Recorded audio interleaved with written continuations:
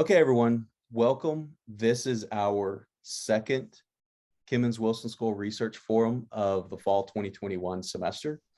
And this time we have Lisa DiNoto Glassner joining us. And the reason she's joining us is we're going to talk about her track and her career as an entrepreneur. And she has a very interesting path that she took to get to where she is today.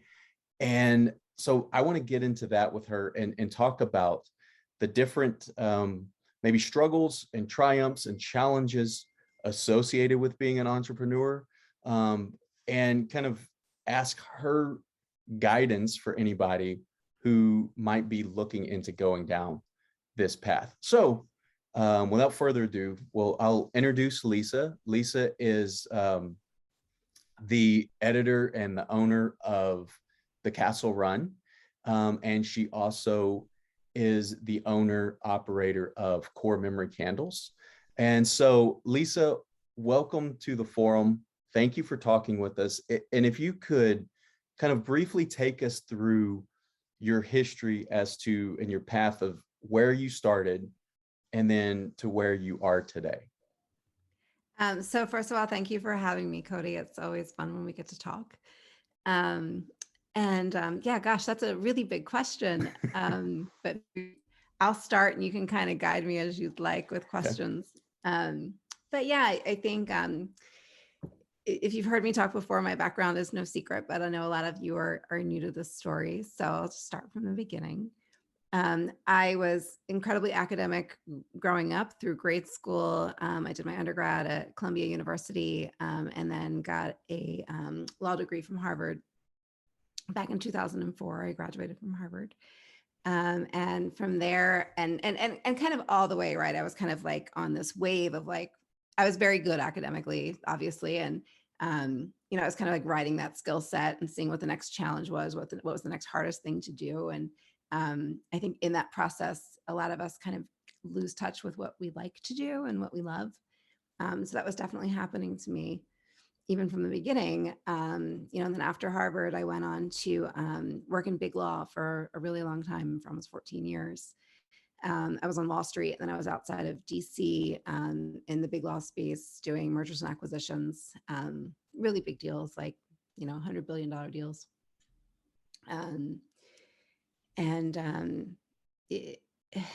You kind of get sucked into this culture of misery, and I talk about that a lot. But again, if you're new to me, then you probably haven't heard me talk about it before.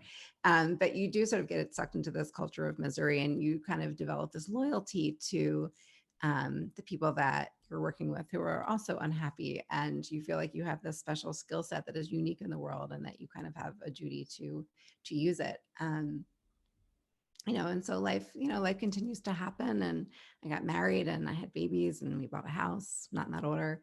At one point along the way, my dad actually got sick. He was diagnosed with acute myeloid leukemia. And it was 10 months of just sheer hell when he got sick. And all of the tools that I had learned to kind of keep me healthy and keep me functioning kind of stopped working. And I've talked about this before, right, Cody? So I was into, eating well. I would do like rounds of Whole30 during high intensity deals to keep myself alert, sleeping patterns and meditating and working out and drinking your water and all the things that you're kind of supposed to, all the boxes that you're supposed to tick to make sure that you're a healthy, functioning individual who's clear-minded, all those good things. That I did all those things because you're working in a really intense atmosphere and you just kind of have to use the tools that you have. And I was trying to choose healthy ones. But when my dad got sick, all those tools kind of stopped working. His illness was, cancer is always a bad thing. But leukemia in a 60-something-year-old man is a very traumatic thing. I was living a nightmare during that time. And like I said, all of my tools kind of weren't working for me. I couldn't meditate. I couldn't sit with that feeling. And so I started running, started distance running.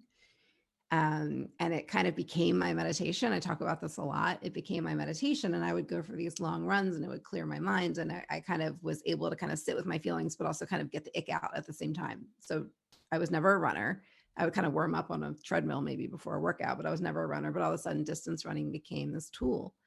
And sadly, we lost my dad back in 2014, and I just kept running. And through this running, I began to. I'm sorry, this is a very long answer to your question, Cody, but No, no worries. it's No. meaningful. Um, through this running, other parts of my life that weren't right started to come into the fore. This job situation, of course, being one of them. And I think the great thing about running is that or any meditative activity, whether it's cross stitch or that you like to sew, you like to sew, you like to paint, you like to take walks, you like to run, whatever works for you, any kind of meditative activity like that kind of frees up your mind because your body is occupied, or however it works for you. Kind of gets you into that headspace where you start to feel like you can tiptoe into the things that felt dangerous before. Mhm. And I think for me, getting back to your original question, Cody, obviously I was a very high intensity job that looked great on my resume, but made me miserable. I was really good at it, but I was kind of losing the desire to keep up with the latest. I mean, I was doing it, but I wasn't like eagerly keeping up with the latest, precedent and things like that. Mhm. Which is it's a very good sign that you're not long for your niche, Mhm. if you're no longer motivated to keep up with what's state of the art. Um, and through all of this, I think my husband, God bless him, used to say to me when I was in the thick of all of this, what's your daydream? Like, what do you want to do when we can get you out of this job that makes you so unhappy? What would you like to do? And my answer to him started to be, I just need time. I need like 6 months Mhm. to step back from this and clear my head and regroup and rediscover what I love, because I lost it a long, long time ago. And so um, I did end up leaving the law job. That's a whole long story in and of itself, but I did end up walking away from it, and started that process. It took a lot of work. That's maybe a story for another day, but we did end up getting me out of there. And I did walk away from the law job. And like I said, like, I don't discount how hard it is to start this process, because there was a time when even taking the blinders down to consider other possibilities felt too dangerous. Mhm. And I credit running with getting me out of that mindset and starting to be able to explore the possibilities. And it's just been this, and obviously that's the subject of this conversation, but it's been this sort of winding path ever since I walked away from that Mhm. job, to kind of reconnect with who I am and what I can provide to the community that I've formed, that we can talk about, and how I can best serve them in a way that, supports me and my family. And so that's how this journey started. I don't discount the difficulty of it to anyone, because it was very, very hard for us to walk away from where I was. But yeah, that's kind of the one part of the backstory of all of this. Yeah, and I think, and thank you for sharing that. And every time I hear it, it's hard to hear. I know it's hard to tell. So I'm sorry, and thank you for sharing that again. The One of the things that I think really comes out of it for me is, how do you how did you find the courage, if you will, to sort of decide, I'm going to follow a different path. I'm not going to follow the path that's expected of me, because I think a lot of people, as you said, a lot of people fall into that, and this is the expectations for individuals, and so this is the path that they're going to stay on, and it takes a lot of courage to be able to walk away from that, and as you said, or get back to something that you really, really enjoy. So can you walk us through how you found that courage, or if there was something that kind of spurred you along? Yeah, so I think, for a really long time, I was kind of dealing with being so unhappy in the job that I was in by like fulfilling myself in other ways, or the little tools that I talked about, Mhm. like those little Whole30s or the long runs, like the different things that you can kind of find satisfaction in while you're dealing with an otherwise difficult environment. Um, and one of my big tools was running. after we lost my dad and I was still in this job, I was doing these long runs still to kind of clear my head and get myself into a good mental space. And at one point, this is a very story that's very personal to me, but I'm sure a lot of people can relate to it in different ways. Um, at one point, I found out that there was a half marathon in Walt Disney World called the Princess Half, that just happened to be on February 21st, 2016, which is the day after my birthday. It was also the 2-year anniversary of the death of my father. And so I was like, I'm in, sign me up. Like, this is going to be my like sign to the universe that I'm still kicking. Like, it was this big symbolic thing. I mean, I'm a major distance runner now. So a half marathon, I could go out and run it right now. But at the time it was a very big thing for me. I had never done a distance like that formally. And so, I was doing these awful deals. I was like hunkered down. I remember like a birthday of my son's 3rd birthday. I spent like hiding out in a hotel room, like with my computer and printer, closing a deal while my husband and children were like off trying to celebrate his birthday because I couldn't get away. Billing atrocious hours. And I signed up for this race. And so through all of this, in the thick of it, I'm like training for this half marathon, and it's this like big symbolic thing. And I think it was the symbolism of what I was doing, I think, was getting me through a lot of what was happening day to day. And so, February 2016 comes around and we fly down to Disney World and I run my half marathon, and it's super meaningful, and I cry and I get my medal, and it's all the things that I hoped it was going to be. And then I came home and I crashed. And I think that happens to a lot of us. I said leading in, like, this is a very personal to me story, but I think a lot of us have been through it. It's like that moment where you achieve something that you've been fighting for so long, and it's everything you expected it to be in that moment, maybe. But afterwards, it's like, all right, well, now what? Like, now what's my thing? And I crashed really hard, and I got home from that trip, and I remember being on the telephone with one of my best friends from law school, who's amazing. She's an amazing woman. I was talking to her, and I'm just like, we're getting me out. We're getting me out. We had kind of been doing some stuff with my husband's business to kind of try and make things work and plan and figure out what we could do. I said, we're getting me out. Like, we're getting me out. I can't do it anymore. Her name's Teresa. And she said, Lisa, that's great. But like, you need to like put a date on your calendar. You need to put a date on your calendar. And I don't care if that date is 4 days from now or 4 years from now or 6 months from now, whatever it is, you need to put the date on the calendar and spend the period of time between now and then coming to terms with the fact that you're doing this, not just preparing financially, but coming to terms with the fact that you're doing this. Because while law had become a not positive part of my life, to say the least, it was a huge part of my identity, that I was this great lawyer. And so I did. I ended up putting a date on the calendar. It was about 6 months after that conversation. And I did spend that time both preparing financially and emotionally and psychologically for what was coming, and kind of coming to terms with like who I was without this thing. And also coming to terms, I think, with the fact that like I'm still using all those skills, but in a different way. And I think that's a huge thing. A lot of times I hear people talking about moving on or getting away from something that they hate. And it's taken me a long time to realize that too, I think, is that,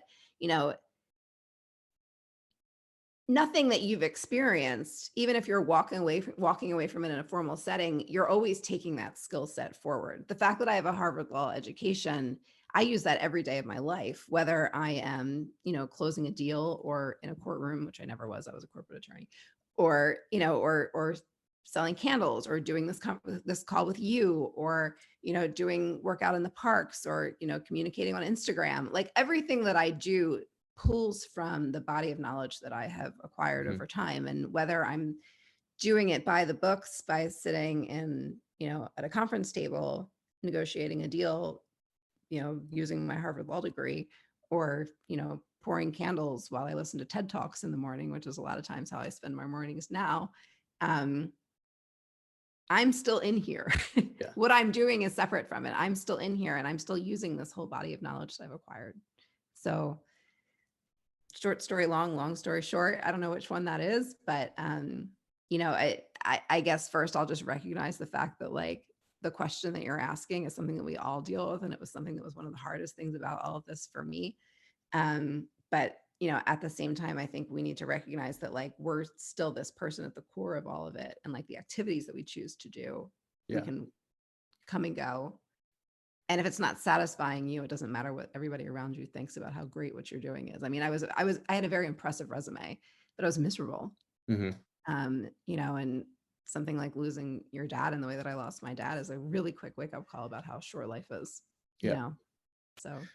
Well, and I really appreciate that answer because it's a great look at how a person's mindset can change in sometimes little ways, and you have to plan out those steps, and sometimes kind of grand ways that sort of stop a person on a dime, and they change their perspective immediately. I think the as you're talking, I keep jotting down different questions and different notes and everything, to get to kind of, I guess, the main portion. I'll sort of bypass some of those. Where you are today, you now you live close to Walt Disney World, and you are, as I said earlier, you run a website that's focused on serving your community in various ways. You research, develop, design candles that are sold to we'll talk about that in a little bit, to resemble the parks. So how did you, once you decided to leave, and once you decided you get to the Orlando area, where did the idea for the Castle Run come from? I know you've talked about how important running was and is to you, but how did that actually kind of develop into, here's this plan, here's what I'm going to do, here's going to be the next phase of my life? How did you start that process? Well, for starters, if there's a plan, I did not get a copy. Like, I would like to put in a request for a copy of the plan, because that would be amazing. But no, I'm kidding, of course, but only halfway. So you know, like I said, I wanted this to be an organic process. I wanted to feel like I was fulfilling what I could do with my life and what I could do for the world around me. And I wanted that to be an organic process that wasn't, because I had lived a whole life. I mean, I'm going to be overly dramatic. I was very blessed and I enjoyed a lot of things, to say the very least. But I think I had lived a lot of life setting my next step Mm-hmm. based on what was the next hardest thing. It was no longer an internal, like, what do I want to do with my time? Like, what calls to me? I had completely lost touch with that. And it was, you know, it was very much an externally driven process. And so I think, like I talked about, sort of detoxing and coming back in touch with what I loved. I think that was my primary focus, and coming out of what I was coming out of in law, which was a fairly traumatic work situation, to say the least. You know, I think, you know, my first duty was to myself. I knew that I wanted to share this journey because my audience was me, like before I left, like that my people, and the people that I think I can talk to most earnestly are the people who are the me from 5 years ago, from 10 years ago. And so I knew that it was something that I needed, and I knew that it was something a lot of other people that I'd shared my life with needed. And so I knew I wanted to be open in this process. My first duty was to myself, because I didn't want to start processing. I didn't want to start sharing things that I was like sound biting. Like I wanted to like have the internal process first and then move into the next stage. So I kind of took a little bit of time just to kind of clear my head and process and keep running and kind of reconnecting with what called me. And then I slowly started tiptoeing into sharing my story. And that's where the blog came from. So the Castle Run, which is the name of my blog, at the time that I picked the name, it was just like, oh, it's kind of Run Disney. It's like a play on, Cinderella Castle. It simplifies a journey in a lot of ways. It's kind of a fun play on the Castle Run. So when I picked the name initially, I was just picking a name for a blog, whatever. And I just kind of very slowly tiptoed. I think my first article was just like, hi, I'm just writing a post because this is the hard part. And then the second one will be easier. So I just started kind of openly sharing this journey and gathering this beautiful community around me. And that was kind of the first step in trying to just be open in this process. And that's the Castle Run, that's the blog. And it's been this journey of walking away from this sort of socially dictated, perfect resume life to something that I'm rewriting myself with my family, and how hard that is, and finding the courage to, that's a whole story, but the move down to Florida was not a decision that was easily made for a lot of reasons. So through the blog, I've just sort of walked my way through very openly my journey. And sometimes I'm talking about the restaurant at Disney that we ate at, because a lot of my readers are just Disney fans. And sometimes I'm talking about sort of life lessons that I've learned along the way, because a lot of my readers don't care about Disney and just sort of love this journey. And some people love to read both, but that's how the blog came to be. And of course, that has grown into Instagram because I love photography and video, and I've been able to kind of connect with people in a very intimate way there. So that's sort of become its own sort of work stream.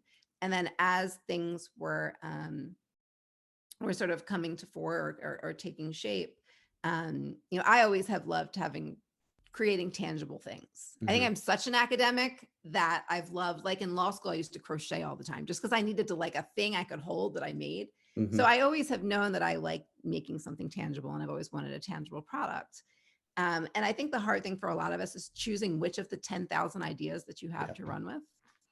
And for me, over the years, I've just kind of learned that like, you just like pick one. Just pick one. It doesn't matter which one it is, because if you get tired of it, you're not marrying it, right? Like I'm not a candle maker until I'm 96. I'm a candle maker right now, and I might be a candle maker when I'm 96, but I don't have to be. And so for me, it's a silly story. I was in a craft store and I was chatting with a gentleman, and I found out that he had a Disney candle company, and I was like giving him some ideas that I had, and he walked away. And my immediate reaction as soon as he walked away was, I shouldn't have told him my ideas. I had never made a candle in my life, but all of a sudden I was like super possessive of these like candle ideas that I have, because I'm very into smells. And like before we moved to Disney, bringing the sense of Disney into our home was a really cool thing that we could do to feel close to the parks. But a lot of what I was finding didn't mesh with my aesthetic. So it was a place in the market that there was obviously a gap that, that I needed filled. So this gentleman walks away, and I kind of like, was like, why do I care so much about these ideas that I gave this guy? I've never made a candle in my life. Well, all of a sudden I'm like buying wax, and I'm mixing, and I'm making, and all of a sudden I'm coming up with this product, and I'm realizing that through candles, like I was a Wall Street attorney and I now have a candle shop. This is ridiculous. But like through the candles, like if you've been on my website, like it's very heavy on the product photography and, Disney related photography, which is what the candles are inspired by. All of the labels on the candles are my design. So there's like a graphic design component to it. Just the sort of like chemical process of creating these gorgeous candles, because they are beautiful, is a process in and of itself. The sort of neurology behind the power of scent is a thing in and of itself. I write a ton on the website about the scents and where they come from, so I'm able to channel that. And like most importantly, like it's this awesome way to connect with my community, because all of a sudden, like I'm giving them this thing that they needed, and it blew up. It really it has done well. It's a cyclical business, of course, but it's done well from the outset, because I had the community going in that trusted me. And so they were excited when I offered them up. So I was lucky in that way, in the order of things that I launched, that I did the website and my Instagram and things, and then came into the candles after. So I sort of came in with a community that I wanted to serve. Yeah. And they were excited too. So I was lucky for that. But the quarantine situation that was going on last year was this enormous way for me to help my community, because so many people were canceling trips and missing the parks and just needing that comfort in their daily life, because there were so many uncertainties and so many difficult things going on, that a lot of my product lines and stuff came out of things that people were asking for, especially during quarantine. And it's a circuitous path, right? Like it's, I started the blog because I am a writer at heart. Like that's my main thing. And so I wanted to write. And I've sort of tiptoed into photography and found out that I liked Instagram. And so I've become very, very active there. And one day I had a funny interaction with a gentleman at a craft store and realized that I wanted to try my hand at making a candle. And all of a sudden I have this crazy business. Mhm. So I guess there's no plan. That's the point, right? Like I want to write this book and that's on my to-do list. I want to get into photography more in this way. And that's on my to-do list. I want to create this, there's all these different plans that you have. And a lot of times we're incapacitated by the number of options that we have and the Yeah. number of ideas that we have. Yeah. And I think just like digging your teeth into one day and kind of seeing where it takes you and knowing that you're not stuck with it Yeah. if you don't love it anymore is the path. Yeah. Just kind of like trying to be open-minded, trying to say yes to opportunities and, follow your gut when it tells you to do things like make a candle. Well, and if one thing that I would like for people to hear and know is from the time that you left and moved to the Orlando area, how long did it take you to start the blog and then kind of get the blog rolling and getting more and more readership? And then to how long did it take for you to start making candles? And then I have several questions kind of on the minutia of that we'll get into in just a little bit as well. Yeah, totally. So I'll start just by saying like, it's a lot of work. Mhm. I work at least as hard, if not more right now than I ever did in law. And a part of that is because it's my baby. And so it means that much more. A part of it is because I just am who I am. And I've realized that. Like I remember saying when I first left my job, they were like, oh, what are you going to do? And I was like, I'm going to lay on my couch and I'm going to read a book because I don't remember the last time I've done that. It's been 5 years now. I have yet to lie on my couch and read that book. I've Mhm. listened to a lot of audiobooks because I can do that while I'm working, but it's like you have to understand to a certain extent, like you are who you are. Mhm. And you're going to be a workaholic if you're a workaholic. But getting back to your question, so like I said, it was back in 2014 that I lost my father. So that's kind of a lot of the hallmark of this journey and all of the wheels turning that we've been talking about. I walked away from my job finally in 2017, and we moved down here. I started the blog not long after. We hadn't moved down here yet when I started the blog. But like I said, I mean, I was just like a girl with a blog. It wasn't like this big thing. I tiptoed in and I wrote an article and some of my family members and friends read it and they said, good job. It's that first blog post isn't going to go viral. Yeah. That first Instagram post isn't going to go viral. So it's been many years. I launched the candle brand. So the blog has been going on since around 2016. Okay. We moved down here in 2017. I started the candle line about 2 years ago. Okay. And that's been around the clock journey. So lots and lots of work, lots and lots of time. None of it has been easy to say the very least. And it's a lot harder in a lot of ways than law, where I could just sort of say, well, I'm sad, but it's not my fault. Yeah. Right. Like now, if I put my head on my pillow at the end of the day and I feel like I haven't been productive or I'm not fulfilled, it's on me. And that's a pretty scary thing to tiptoe into. But I kind of think if you're not in charge of that, then something's wrong. Yeah. And, I think when something that's really interesting about your story and other entrepreneurs that I hear about is there is this kind of this winding path of you choose one thing and you choose to focus on that, and but there are curves in the path along the way, and it's not something that happens overnight.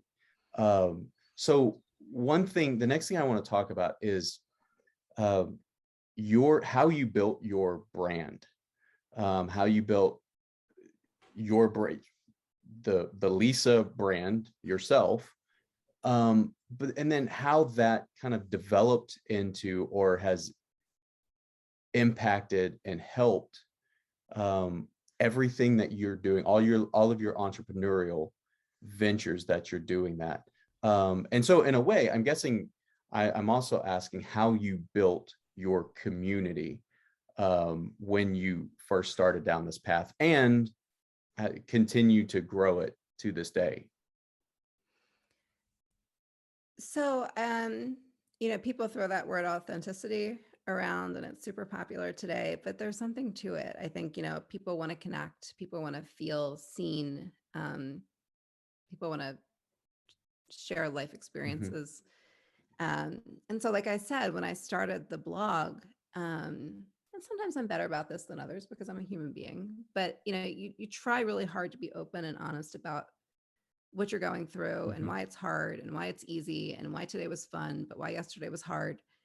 Um, and I think that kind of going into that, whether you're taking a picture that, might show you in a more real light than you're comfortable with, or sharing a part of your day that might have been difficult, or, openly sharing your triumphs with, the online community that you're a part of.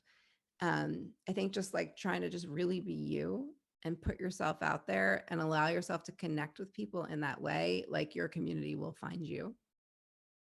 As long as you're putting yourself out Yeah. there and being, if this is what you want to do, if there's, an Instagram or a TikTok or a Facebook, or just going down the street to the community center and talking to people face to face, like just being a real person and kind of allowing your community to slowly grow around you. And then the other end of that, of course, is to like interact in the community. Mhm. A lot of people are angry because they don't have a certain Instagram following or a certain blog readership, or, but it's like, you're not giving back at all.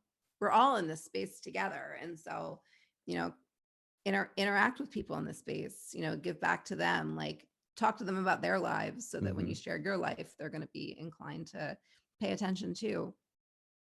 And so, you know, that's the community building aspect of it. And then for me, the brand building aspect of it is sort of hand in hand, because I am my brand. Mhm. Like I always say, like, if you like me, you're probably going to love my blog. And if you don't like me, you're probably going to hate my blog, because it's just me. It's my voice. It's how I Mhm. talk. It's how I am. It's a very sort of way of looking at the world. It's just me. I'm not trying to report Disney news. I'm not trying to like objectively, report menus to you. I just Mhm. talk. And I happen to be at Disney World, so that's what I'm talking about, but it's just me. And so I think, building my brand has been something I've kind of tiptoed back into as I've rediscovered myself. Um, and sharing that kind of is the brand. Mhm. I get messages from people all the time wanting to write for the blog, and that's a lovely offer, but I always write back and I'm just like, it's just me. Yeah. There are so many blogs that would work for, and definitely keep looking for that opportunity. But like, just know, like, I can't, because my blog is me. I'm not Mhm. like, it's just my voice. It's me. Like if somebody's reading my blog, it's because we're kind of friends in that way. Um, so yeah, I mean, I think brand for me, and so many people now, I mean, that's just what the world is today, Mhm. because of the way social media is, because of what appeals to people on social media, because of how we like are able to connect with people. I think like I'd be hard pressed to think of an entrepreneur that I know personally that, who they are isn't their brand, Yeah. just because of that's how we connect these days. That's Yeah. how this works. Well, and what advice would you give? Because we talk about brand and we talk about personal brand a lot, and how your brand is going to go a long way in determining what you do and how you, more importantly, how you do what you do. Um, you also today have, we live in a society where we are so inundated with social media that a lot of times people are, they are portraying their brand the way they think maybe other people want to see it, or maybe the way they would like their brand to be. But you talk a lot about authenticity. What is kind of, how are you able to be authentic, and what would your advice be to someone for being authentic when the nature of our society right now is we want to put out this image, and it's not always the authentic image. It is sometimes a very calculated image to the rest of the world. However, from what you're saying, at least in your experience, the best way to build a community is to be authentic with them, which is coincidentally also something else that we talk about. So what would be your advice to someone on how to be authentic in kind of the society that we live?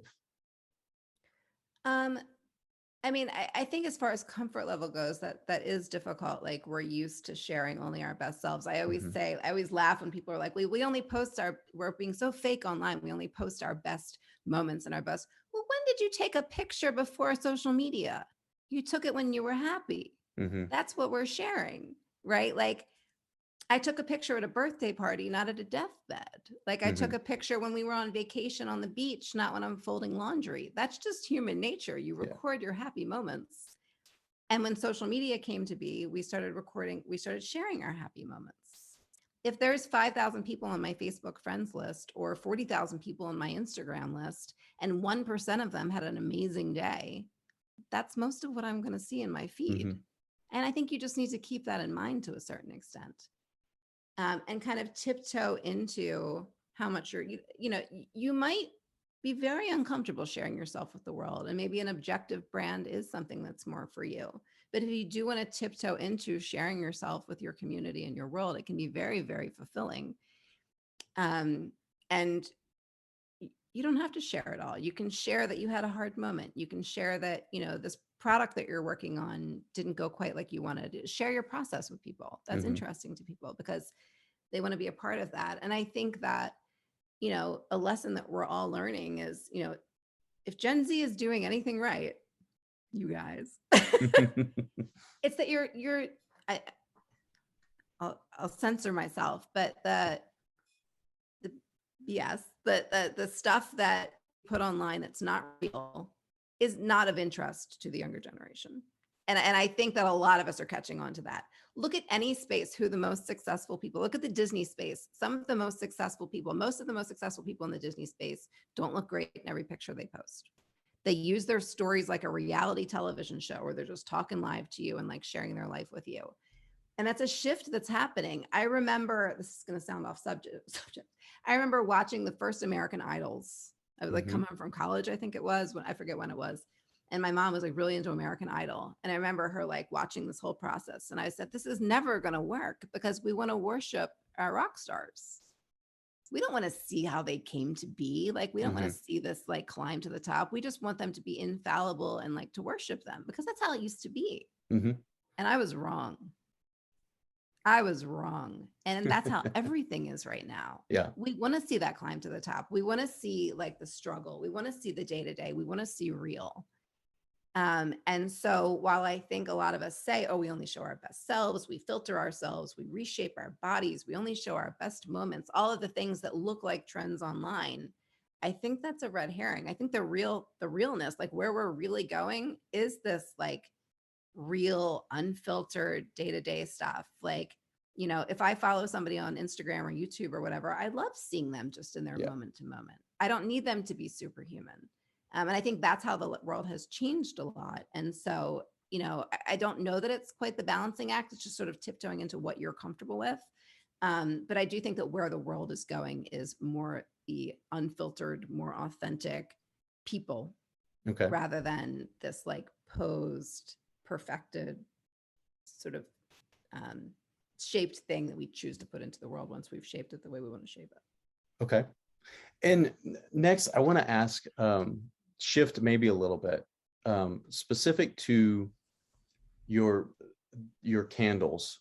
Um, what can you kind of walk us through how you started with your your research and development of uh, of, of figuring out, from someone who you said you've never done this before, figuring out about different scents and kind of like I sort of picture like it's almost like a chemistry set where you're mixing and you're trying to identify how these should smell. Like, how did you get into, or how did you research? How did you develop? Did you spend a lot of times at the parks, like just kind of gathering smells, if you will, to be able to do this? So the smells themselves are they dictate themselves. I've got a long list of additions that I need to make to the line. They're not hard to come up with. So if you're watching this and you're not in the Disney space, you probably think we're very weird right now. But if you are a Disney person, you know that like one of the big things about being in the parks is smells. Disney's really, really smart about this. They actually pump the smells into certain Mhm. attractions and locations and hotel lobbies and stuff because smell is a really powerful thing. It's very primal. It kind of bypasses all of the filters in the brain and gets right to the root, literally. Um, and so it tends to be a very powerful way to recall memories and bring us back to times in our lives. And anybody who's kind of crossed a street and passed somebody with a certain perfume and all of a sudden they're remembering Mhm. their great aunt knows what I'm talking about. Smell is very powerful. And so people who love Disney and tend to find comfort in this place, a lot of times we'll talk a lot about the smells of Disney, whether it's the water smell in Pirates of the Caribbean or the way the beach club lobby smells. And Disney's very deliberate about this. They put their scents into different areas. And sometimes it's just that there's cinnamon rolls baking and that's what the restaurant smells like. But the Disney is very purposeful about the scents. Um, Choose a job that have some natural skill out. I tend to have a really good nose, to say the very least. I'm deeply immersed in Disney and I know the smells a lot. And I do tend to be good at kind of taking 25 different scents and sniffing them and figuring out how they'll go together to make pirates or um, you know, the beach club lobby or whatever else. Um, you know,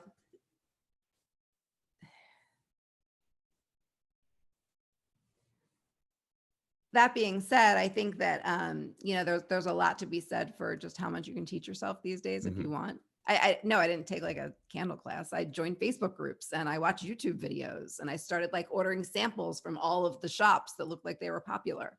I was like, all right, these are the 10, 12 different retailers that are vendors that seem to be really, really good in their wax. Like I'm seeing their names over and over again in these Facebook groups where they're talking about where they buy the best wax from. And so I Mhm. ordered every single wax and I started testing them all and all the wicks and all the this and all.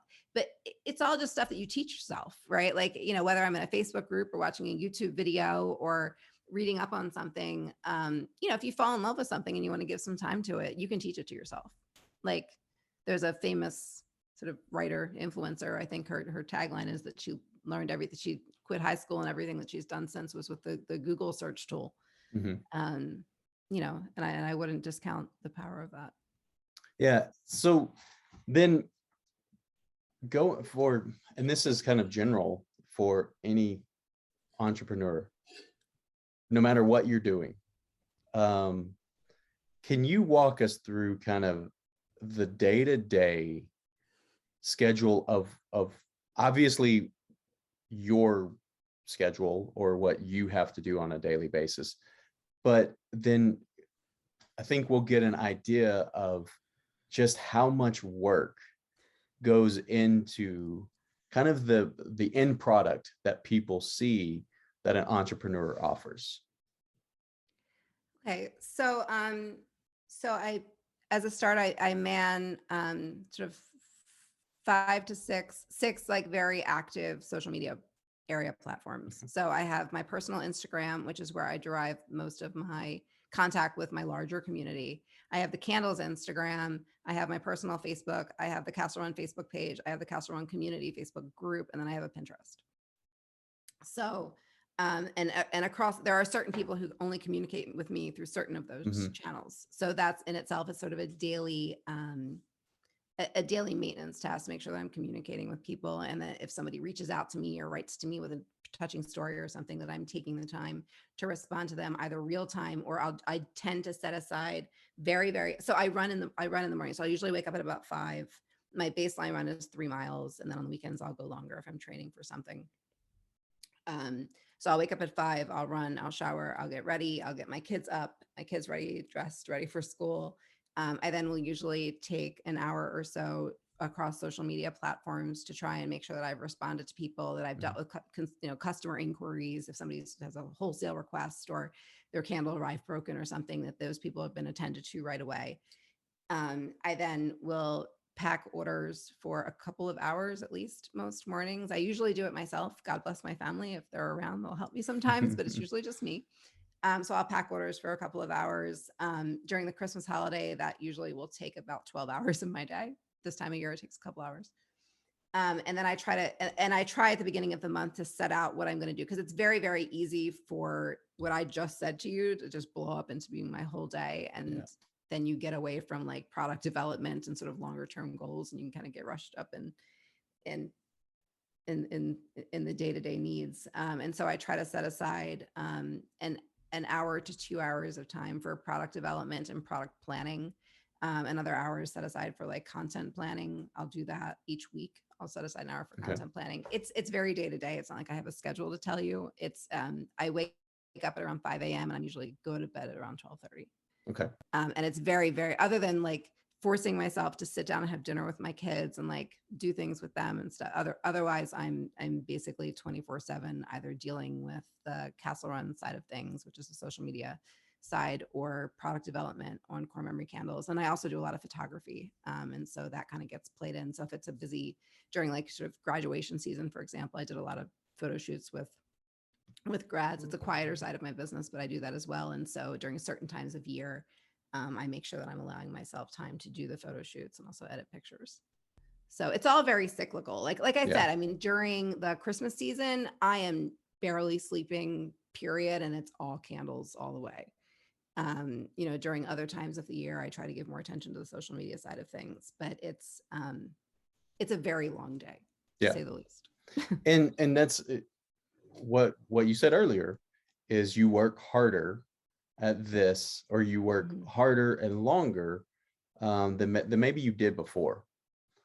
And for an entrepreneur, where do you find that balance of, here is what's work, here's what is my own time or family time or time with friends, or have you found it's best to sort of have separate times, or does that all kind of exist and mix together? It all kind of coexists. I mean, and anybody who's like a workaholic going into an entrepreneurial, line of work is going to have the same issue where, nature abhors a vacuum, and that's sort of how my work ethic is. If I'm not doing something, I'm feeling guilty about that. And that's a personal issue that I need to deal with. It's a conversation for another day. But it does all kind of flow together. And I think the way that I've mostly found to make it work, especially during those insane times of year where it's just like my kitchen looks like a laboratory. I've got holiday season. I'm covering all the holiday stuff at Disney. I'm dealing with hundreds of orders a day. There's like wax everywhere. I'm like in the thick of it trying to type articles about stuff, and like there's a lot of photography stuff happening then. So it's, it's a crazy, crazy time. So especially in times like that, I just kind of try to weave it all together. Like, I will never regret working in front of my children. I've been very sort of open and honest and saying I did not leave my job for my children. I love my children. I want them to have great lives, but I think there's nothing wrong with them seeing a mother who works like a dog. I don't think that's a bad thing.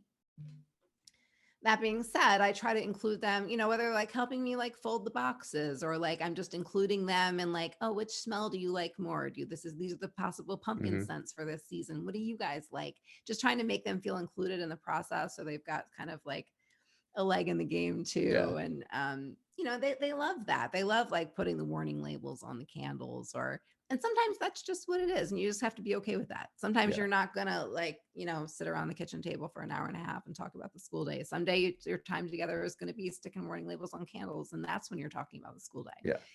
And friends too. I mean, a lot of my work is Disney, so it kind of flows into outings with friends and being able to be together and share stuff together. So it definitely all flows together. It's definitely a dangerous area if you tend to be a workaholic and you're going into entrepreneurship. It used to be that I didn't enjoy my job and I was just checking boxes basically. I mean, I worked around the clock, don't get me wrong. I was billing 3,600 hours a year. It was obscene.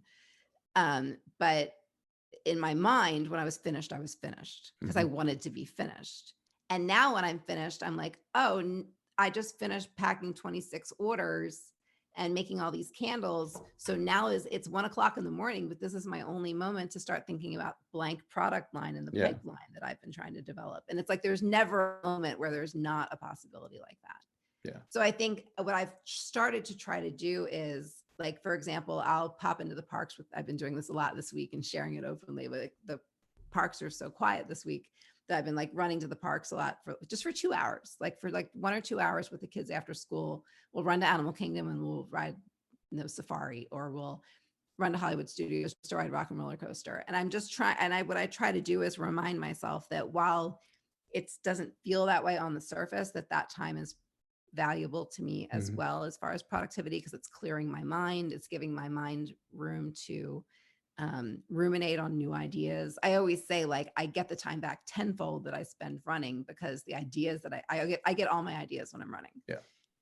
And so, obviously you feel better too, and you're more productive and clear-headed in that way. But just the sheer time that I spend running, I get back tenfold, just because it's when I get my ideas. Yeah. And so while it doesn't feel like, it feels like I'm setting aside an hour of non-work to run, but that's not the reality of it. Yeah. And so I try to remind myself that, like, these sort of like healthy, balanced type parts of life are contributing to my work, even if it doesn't feel that way in the moment. Yeah. Yeah. And can you tell us some of the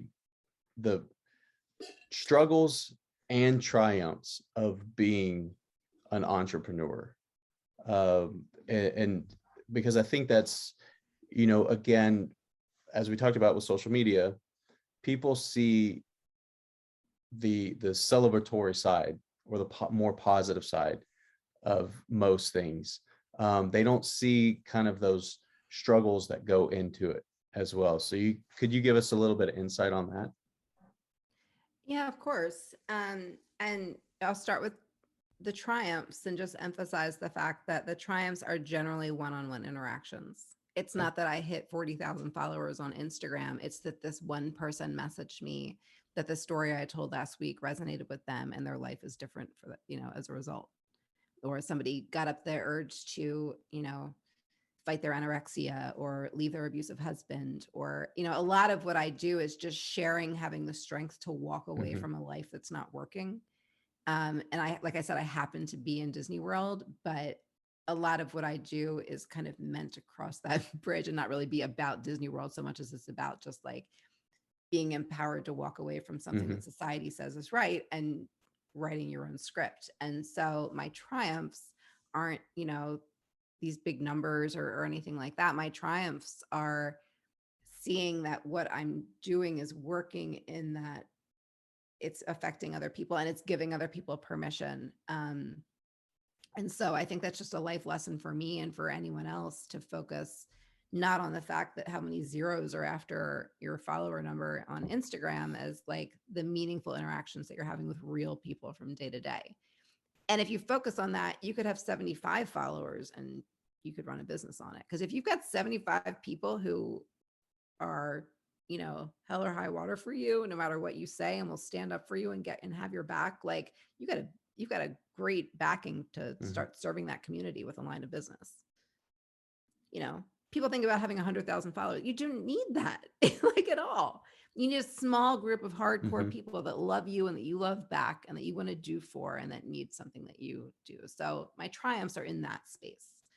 My triumphs are also just like every time somebody buys a product, I'm like, wow, I made this thing and you want it, like, in your home. I created this thing and you gave me money because you wanted it. Like, that's a cool thing. Yeah. It's like the littlest thing. It's like when you flush the toilet and the water goes the wrong way or the right way. Like, it's one of those little things that you stop appreciating in life, right? Like, you created this thing out of nothing and someone gave you money because they wanted it. Like, how cool is that? Never lose sight of that. If you sell things, never lose sight of that. There's 100 other things they could have done with that money. That's a triumph. As far as the struggles, I think a big part of it is just that, like, there's supposed to be a struggle. Like a lot of what I've very much come to accept, and I think I always knew, is that it's not whether you're happy at the end of the day, it's whether you're fulfilled. Mhm. So I am always working hard. I am always struggling. I am struggling every day with that balance that we just talked about. It's so hard.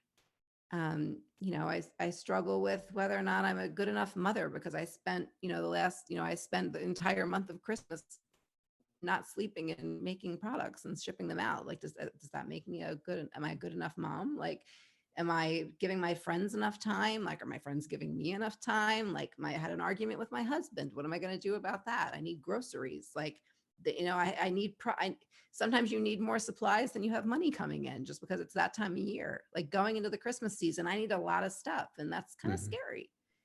I don't have a quick and easy, my triumphs I can sum up pretty well. My struggles, it's just real life. You're going to work hard, and like you're supposed to be struggling. The human body is supposed to face challenges. Mhm. People get depressed, and I'm going to make this oversimplified, and please don't take this out of context, but like a lot of depression comes from the fact that we no longer challenge ourselves. And if you don't feel like you're being challenged and that you're growing, it's a very bad thing. So if there's not struggle in your life, then you're probably going to have other problems down the line. Mhm. The the next and thank you for that honest assessment of kind of what it is both day to day to be an entrepreneur, and then to share some of the triumphs, and also talk about the side that, as I said, people don't see. A lot of people don't see it when they're looking at buying a product for someone, or reading about their journeys and things, or I should say watching their journey every day. The the the next thing that I want to talk about is you are a very experienced based person, as far as you're constantly, as you said, you're in the parks, Mm-hmm. taking pictures, talking about your experiences. You are taking nature walks, and uh, working with your photography on these different, in these different types of settings. Mm-hmm. The and what we're going through right now in this ongoing health crisis, um, naturally puts someone who is an experienced base person, and a lot of your brand has been experience based, that puts someone like that in precarious situations. So I want to ask how the pandemic, and obviously, the Disney parks were closed for about 10 weeks. But then even when they have reopened, um, how does it feel to go back, and you're going back either on at least a regular basis, Mm-hmm. and you are putting yourself in a situation, um, that a lot of other people may not want to put themselves in, as far as being around in a crowded area and things like that. Um, how has this current situation impacted what you do, um, for your brand and for your businesses? So for starters, it's a big question and it's so timely. So for starters, you know, I live my life within my own comfort range Mhm. and my own risk tolerance range. Having, you know, it's a tough time to talk about. Yeah, I live in Florida, obviously. I will say that being here is a lot different from what's being portrayed, to say the very, very least. But that being said, I kind of live my life within my own comfort range. And from the day that the Disney parks opened, not surprisingly, if you know how Disney does things, I have felt, and you'll hear this echoed, amongst most people that live here, I have felt at least as safe, if not safer here than I have at the grocery store Mhm. there at Disney. We I try to be up on the guidance and make good decisions for myself and my children. You know, I'm vaccinated. We wear masks indoors. We, you know, try to keep our distance and be smart and, you know, use hand sanitizer. And we just try to make good decisions for ourselves. And that's the life that I live. Mhm. And I happen to be involved in social media. And so a lot of that gets portrayed, and sometimes you get happy messages, sometimes you get nasty messages. You just kind of have to live your life comfortably and do what you do. I am very, very clear that everybody makes their own decisions, Mhm. whether you want to be here or you don't want to be here. I get tons of questions from people asking me about how safe I feel should they cancel their trip, and I always kind of sit on those messages like, oh, don't ask me that question. And when I do write back, it's just like, listen, I'm living what I feel comfortable with. Mhm. I feel at least as safe in the Magic Kingdom as I do in Publix, to say the very least. We're living what we're comfortable with, but I can't speak for you and your family. You need to, you know, I can tell you that I'm very comfortable being here. I Mhm. can't speak for you. And so I just try to do what I'm comfortable with, be very honest about that, not put that on other people, not project that onto other people, not even answer other people's questions with my own judgment, because it's not a good time for that. And I just try to kind of keep in mind that, you know, it's those people that kind of need this the most right now. It's Mhm. the people who love Walt Disney World, but just don't feel quite comfortable yet being Mhm. here, that are gravitating so much toward watching me walk through Magic Kingdom or having a spontaneous evening. Last night, I took my kids to Epcot and we just rode Test Track, and they had like one thing from Food and Wine, and we left. We were there at the park for an hour. And it's those little moments that I can share that are really most serving the people who, for one reason or not, can't be here or don't feel Mhm. comfortable being here. The candles are the same thing. My two lines of work are very much in line with each Yeah. other. Yeah. You know, it's the people who love this place and yearn for it and are having a lot of times a really emotionally difficult time just because of the state of the world right now and want this comfort so much. Those are the people that I'm serving. So I can't speak for those people. I can't make decisions for those people, but I do live within my own comfort zone openly and recognize that it's probably the people that disagree with me the most that need this the most right Mhm. now. You know, and everybody can have their own opinion right now. It's a tough time in the world as far as that kind of thing is concerned. But yeah, I mean, I think that just because of the nature of what the world is like right now, we need our communities more than ever. We Mhm. need our happy places and our safe spaces more than ever. And if you're in a position to provide that for people, then the current world situation is, you know, ripe with possibilities for you to be able to serve your communities in Yeah. ways that you might not have realized before. Yeah. And I'm not sure if I'm going to ask this correctly, but you mentioned you feel as though you going and kind of highlighting your journey in the parks, outside of the parks, different things really helps the community, and maybe helps people who want to go but aren't comfortable going or can't go for some other reason. Do you ever kind of, where's the balance of, do you ever feel like you're doing all of this and you're going to the parks and you're showcasing this because that is your authentic, trying to just be authentic and show your life? um are there times where you feel like maybe you don't feel like doing that, but you need to because you feel like someone else might need to see it, or someone else might need to, kind of take that journey with you?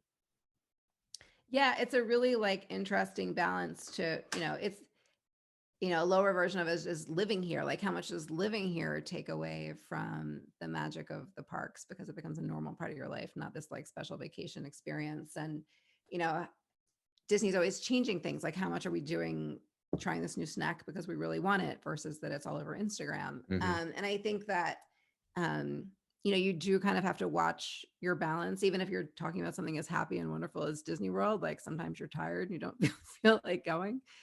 Um, I think that, you know, if I'm in a headspace to share something in a good light, I'm not saying like talk about a food that I like and say that I'm not saying lie about the experience. I'm just saying, like, if I'm not in a good headspace to share an experience, then I'm not Hmm. doing anyone any favors. Yeah. And in any Okay. space you're in, I mean, Disney's obviously tenfold, but any space that you're in, there's a lot of people covering it. And like, if you're not in a good headspace to cover this new thing, then like there's somebody else in the space that'll cover that thing. You do your thing that day. That's okay. Like I'm famous for like, you know, I think I jokingly posted an Instagram picture once, like TTA had just opened, the Tomorrowland Transit Authority, if you're not a Disney person, is this very nostalgic thing in the Magic Kingdom where you kind of ride around quietly and have this experience. And it was closed for months. So it never reopened when the parks reopened. And so this past summer, a few months ago, it finally reopened. And like everyone is flocking to Magic Kingdom to like live stream their TTA for their audience. And like I just wasn't feeling it that day. Like I didn't have the energy for Magic Kingdom. And I think I was like at Epcot and I had a new macro lens on my camera and I was like taking pictures of the bees Yeah. on the flowers. And I remember sharing it out on Instagram and just saying like everybody is at TTA and I'm just here at Epcot taking pictures of bees. Yeah.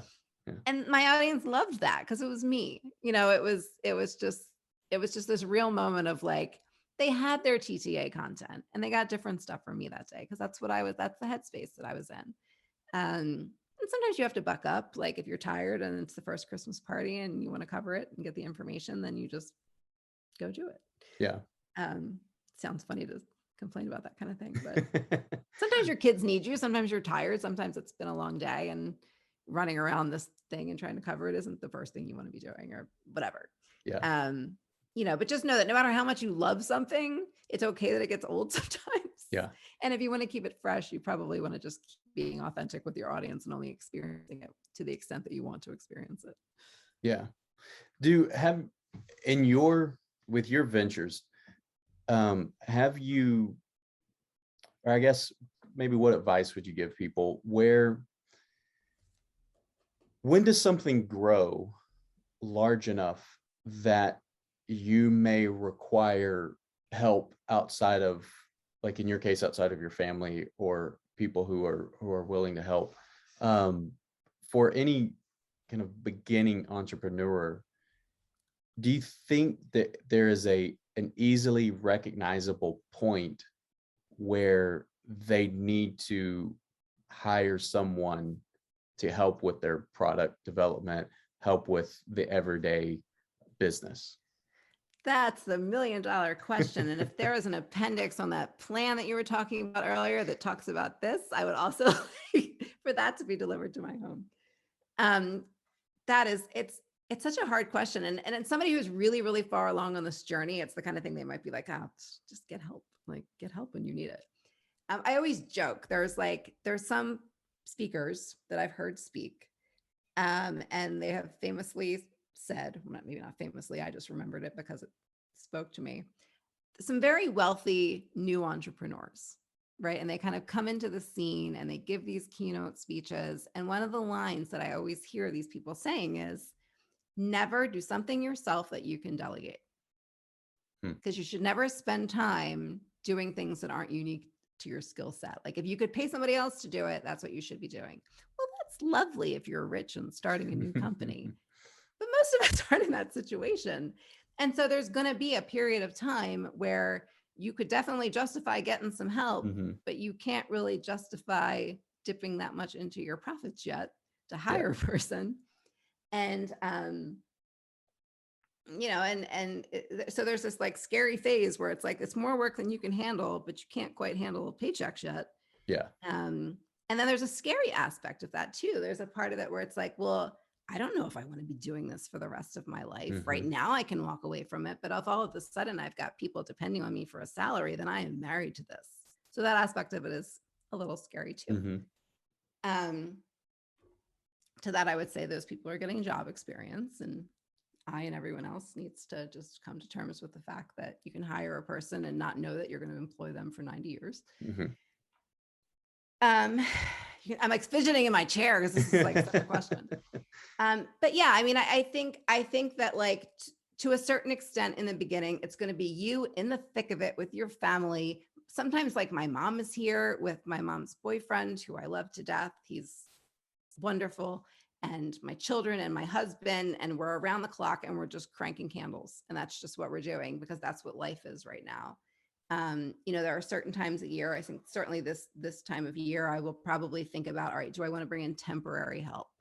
for the Mhm. holiday season to kind of get me through that and allow the holiday season to be something where I'm still being creative and not doing nothing but not sleeping and pouring wax. Yeah. So I don't have an easy answer to your question. It's kind of a situation that I'm Yeah. living large right now and kind of figuring out for myself. What I will say is from the thick of it, from where I'm sitting right now, know that all of the easy answers that people who start this journey with full bank accounts, I don't mean full bank, I mean people who start this journey because they're wealthy from something Mhm. else are living a very different situation and don't feel like you're a failure if you can't delegate your easy tasks to begin Yeah. with.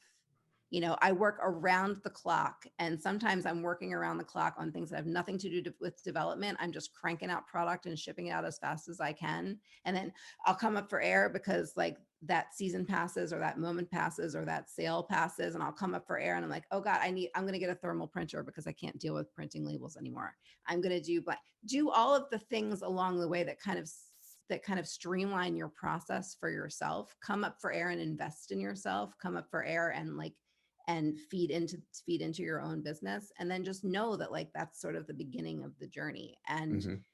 you know, it's okay that you can't delegate stuff out. It's okay that you can't afford help. You shouldn't have staff when you first start. And just kind of bring it in as it feels safe. You know, initially it might be a family affair. You might have like a friend across the street who is just willing to kind of come over and help you do stuff Yeah. and have you'll buy the pizza later in the day. That's okay in the beginning. And like as it starts to feel like you need people and you're in a position to commit to paying them, that you bring slowly, whether it's like a temp staff during the holidays or like one person, like one, you know, high school kid, you know, that you're gonna, you know, pay to come and help for 5 hours a week. Yeah. Um, that might, you know, and seeing, and a lot of the challenge, right, isn't just the financial aspect of it. It's the fact that it's your baby and, you know, I'm very micromanagey about things. It's something that is a challenge for me because I'm so type A about every single thing.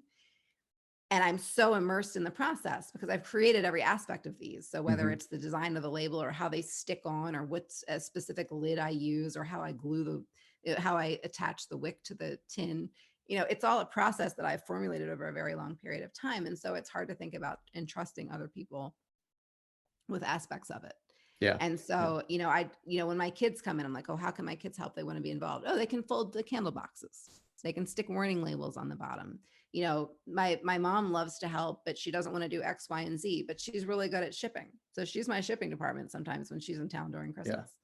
And you kind of, and it's the same thing with bringing in help. Like, you know, you're probably going to be bringing in like a kid who can help you for a few hours a week. And it's going to be kind of scary at first to see that person kind of in your process that you're used to being Mhm. able to oversee every aspect of. But as that person gets good at this, then you can kind of add that. You know, I have people that come in and help me like during the busiest seasons. And it's always kind of a joy for me to kind of see that like at first they were having trouble doing these very basic things. And then at the end of the season, they're like mastered how to like produce shipping labels or something. Yeah. Um, so that's it grows very naturally. And I think that if we compare ourselves to people that come into this who are already very comfortable in a position to bring in staff right away, we need to know that we're not failures for having to go about things differently. Yeah. And you know, one of the things that I really, really like about that response is it is just this, it also is this unknown. You know, there's so much of it that's unknown. Which brings me to my next question. And I have about two or three more, or about three more to um sort of wind down so I don't take up more of your time. But that constant path of turns and dips and valleys and hills and everything that comes with being an entrepreneur, how do you deal with that? I mean, you've mentioned several times, you know, you make candles now. It doesn't mean you have to be making candles later in life. Where, as an entrepreneur, how are you looking for and sort of selecting potential new areas that you could go and you could create either product or experiences or different things? And how do you select, you know, which ones maybe you want to focus on while you're doing what you're doing right now as well. So that's a very organic process as well. A lot of times, once you kind of get started with a given product, your customer base is going to answer those questions for you. Okay. So, for example, when I initially launched the candle line, I had a black vessel instead of the white that you see behind me now, but I had these beautiful matte black glass vessels, and that was all that I sold. I just, and I always say that, start with a product, master that product, and expand from there. Don't start with 15 products that are all sub whatever. Sell one thing and do it right, and then grow as you can. Okay. So, I had these gorgeous black vessels. Well, the black vessels were very hard to source, but I was always able to get them. All of a sudden, the pandemic starts. I have the largest call for product I've ever had for all the reasons that I've talked about. My customer base was canceling trips. They were so sad. They were missing this place. The parks were closed. I had more orders coming in and more inquiries than I'd ever had in my life. All of a sudden, I can't get the vessels because the international shipping situation. So I need something. So I'm starting to look what black vessel is the best that's closest. And I'm like, you know what? I'm not going to do a second best copy of what I used to sell. We'll do something different. So that was where I have a line of tins, like travel tins. Now they're right over here. I have a line of travel tins that I created when I couldn't get the black vessels initially because people needed the product and I needed to find a way to deliver it to them that didn't feel subpar. And so that was where the tin line came from. Okay. I started getting messages from all of these teachers and people in apartments that couldn't have flames writing to me and saying, I love your product. It brings me to such a happy place and, brings back so many memories. I would love to have it, for example, in my classroom, but I can't have a candle in my classroom. Have you ever thought about doing wax melts or oils? Well, now I'm thinking about it because I know you guys need it. So I now have a line of wax melts and I have a line of fragrance oils. When the mask stuff started and people had funky masks, whenever I started doing a fabric refresher spray that people could spray, you can spray it on your pillow or in your car. You can also spray it on your mask. So I've just sort of been trying to listen to what my customer base wants to some extent in developing products that they want. And then, on the other end of it, there's all of these things that I've thought of that I want to do. And at any given moment, like I've said, there's 4 different product lines, completely new product lines that I'm working on right now. I don't know which ones will launch. I kind of have a sense at this point, which ones will launch first, but you kind of come up for air and it's like, I'm really motivated to do blank today. And you kind of run with it. And maybe it comes to fruition. Maybe you set it aside for the next time that you come up for air. But again, it's this sense of being almost incapacitated by ideas. And that's the trick. That's the thing that you need to kind of get yourself past, because there's all these different things that I want to do. And if I spend my time thinking about that, I'll never focus on just one of them. Yeah. So you just kind of have to pick a thing and run with it. Listen to your customers. Obviously, I was, like I was just saying, there, things have sort of come to be very organically based on demand. And that continues to be the case. And then to the extent that I have other ideas, I just, you just come up for air and you spin those wheels in the creative process and planning. And I will, for example, a lot of times at the beginning of the month, I'll sit down and I have my monthly planner, and the very first page of it, I will write down like 4 to 5 long-term goals for that month. Okay. Like I need to have my logo finished by the end of this month. I want to have blank line of products launched. I want to have this scent finalized, this wholesale order that's been in the works, for the last 2 months that we've been sort of like tinkering back and forth. I want that to be finalized and under contract or not. And then the next thing. So it's like this list of sort of this list of tangible deliverables that I like to have for myself for the end of the month. And then I kind of plan my weeks accordingly so that when I do have those quiet moments, it's never a quiet moment, but when I do have those moments where like I've packed as many orders as I'm going to do today, my kids are both happy and my dog is fed and walked, my kitchen floor is clean, and I'm like, all right, I have a moment. And then I can look at that list. And I always have that long-term list at my fingertips, because a lot of times in those moments, you don't quite know what to do with yourself. And I sometimes will just look at that list and say like, all right, I'm going to pick this one thing. And that's what I'm going to run with for tonight. Okay. All right. Thank you. And so for anybody wanting to get into an entrepreneurial venture, what advice would you give them, having been in this for a number of years now? What advice would you give them on kind of best ways to start, And then also touch on the how important or what important transferable skills are needed for someone to go into business for themselves. So transferable skills are pretty universal, and there's not much that's not a transferable skill, right? It goes right back to what I was talking about before. Your past is not a negative. It's, I might have been a lawyer for longer than I wanted to be a lawyer, but the skill set that I took out of that, the skill set that I took out of law school, the skill set that I took out of college, the skill set that I took out of doing these different things that are not what I'm doing right now, they're all being used. I Mm-hmm, still am. I am who I am because of what I did yesterday and the day before mm-hmm, and the day before. And so all of that is contributing to how I'm functioning in my productivity today. And so skills just transfer, and you are who you are. I mean, when I decorate my house, I tend to gravitate toward the same colors. So I don't have to think too much about coordinating, because what I'm drawn to is what I'm drawn to. And so mm-hmm. if I just kind of give myself to that, my whole house is going to match. Your life is kind of the same way. Like, I was drawn to certain aspects of law, and those were the things that I loved. I loved the academic side of law. I loved the sort of community aspect of law, and I loved all those aspects of it. There were other aspects of it that didn't work for me in the long term that outweighed the good stuff, Mm-hmm. but I can still kind of take what I learned about what I liked in that and carry it into the next thing. Like, that's how I talk about the candles. It's photography, it's product design, it's graphic design, it's writing, it's all of these things that I'm interested in, and they all sort of come together in this one thing. Yeah. Okay. And then finally,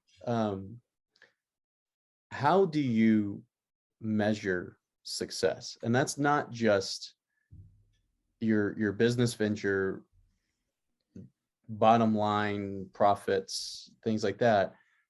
As an entrepreneur, how do you measure being successful at what you are doing as a taking kind of a whole perspective? I don't know that you ever get there. It's such a dangerous question to ask these days because things are so quantifiable and numbers don't end. So it used to be that if you made enough money to support your family, you were successful. And now it's like, well, my company has 40,000 Instagram followers. Why don't we have 100? Mm-hmm. It's a silly way of saying it, but I think it's so quantifiable these days and so tangible. And we're all such workaholics that um, it's almost impossible to say, oh, I'm successful. What I would focus on instead is, do I feel fulfilled at the end of the day? Do I feel challenged at the end of the day? Do I have regrets about the decisions that I made today on a macro level? Are my kids happy and healthy? Is my husband happy? Do I feel like I am, if I go to bed at the end of the day and I feel like my skill set is being used as best I can to serve my community, that's what works for me. Okay. And that my kids are happy and that my family's, all those things that you're supposed to say and that are so true. But yeah, I mean, I think we think about like the beginning of the journey and then this like point of success where you check a box, and like that's never going to happen. Okay. Like, there's Yeah. always places to grow into. There's always more. You're never, especially if it's your baby and it's your business, you're never going to get to the point where it's like, yep, my product line is complete and I have made enough money. Yeah. Yeah. Like, it's not so much about the money. It's that, you have ideas. There's 20,000 things that you want to do. And like, there's only so many that you can, so if you frame success in that way, I think you're never going to get there and you're just going to spend your whole life chasing this thing. And I would think more about just trying to assess at the end of each day, assess at the end of each week, assess at the end of each year. Did I use my time well? Do I feel fulfilled? Do I feel challenged? Are there things that are lacking? And it's just kind of that real-time growth Mm-hmm. that I would focus on rather than like this malleable thing called success that's not really touchable. Okay. As you know, you've spoken to the class and the podcast a couple times. I like to end with some questions that are just kind of rapid. And so the first time you talked about your just kind of general preferences in the parks. This last time you were on with the panel, so we were talking about Marvel and we were talking about the different things with that. Since we have touched on kind of the current situation with the parks, there's three rapid questions that I asked someone a few months ago that I think are pretty interesting to get your take on. The first one is, what is one thing or a few things that have happened in the parks because of the pandemic that you would like to see stay around after or I guess as we move into the new normal? So setting aside, we've learned some stuff very recently about kind of where we're headed in the park. So I'm just gonna like set that aside. And I'll just say that, I think that a lot of the things that we learned about crowd control and cleanliness and all that good stuff, I hope they're here to stay. I love the fact that, I love the spontaneity of visiting the parks these days. And I think what Disney is planning is to try to keep that to be the case. It's not, we used to think that we had to plan our Disney trip for 6 months, and that was never true. And I think it's very clear to people right now. The spontaneity of cavalcades instead of parades, the ability to mobile order to sort of streamline your vacation and make sure you're not waiting in lines. There's just I think that there's all these minutia answers that I could give you, but at a higher level, I think that like it just has forced Disney to think out of the box and also kind of respond real time in a smart and scientific way to real information. That has been a real testament to how strong this company is and how creative this company is. And so, all of the things that kind of Disney was forced to come up with, whether it was, allowing people to pay extra money on Disney Plus to watch a movie rather than going to the theater if that worked better for them, or mobile order rather than standing in line, or watch a cavalcade go by instead of wasting an hour of their day waiting for a parade. All these kind of like these things that kind of made our day better carry over into the next path. The trend in this conversation, right? We carry our lessons. Yeah. So next, kind of shifting from that, what couple things or one thing will you be happy to see go that was kind of implemented because of the pandemic? I'd love to just see us get back to a place where we're comfortable being close to one another. I'd love to see character meet and greets come back and the kind of interactive experiences that are very tactile for children, like while you're standing in line or other experiences in the parks. Just all the things that, face masks, obviously, I would love us to get back to a place again where we can be without them. I think just all of the things that kind of made a curtain between us and other people, I would love to see lifted or kind of drift away as we wander into the next stage of normal. Okay. And then the last thing, and this doesn't necessarily have to do with the new normal or anything, but in the parks, what are you most looking forward to in the future of the parks? Just the 50th. I'm so excited for the 50th anniversary. If you're listening to this and you don't know, you probably do. But October 1st is, of course, the 50th anniversary of the opening of Magic Kingdom. And there's just so much coming. There's new fireworks shows and just beautiful sculptures and all of this beautiful art. And the castle is all decked out. And I think everybody is just so excited for this happy thing, especially in light of everything that's been going on the last couple of years. So yeah, I'm just excited to see what's to come with the 50th and all the things that we're looking forward to with that. Okay. Well, and Lisa, thank you so much for taking the time. You're always generous enough to share your insights on various topics. And I know the students and listeners will really, really appreciate your insights on this, because as I said, this is a growing trend that I think more and more people will at least attempt to see if it's for them or not, working for themselves and being an entrepreneur. So I really, really appreciate you taking the time.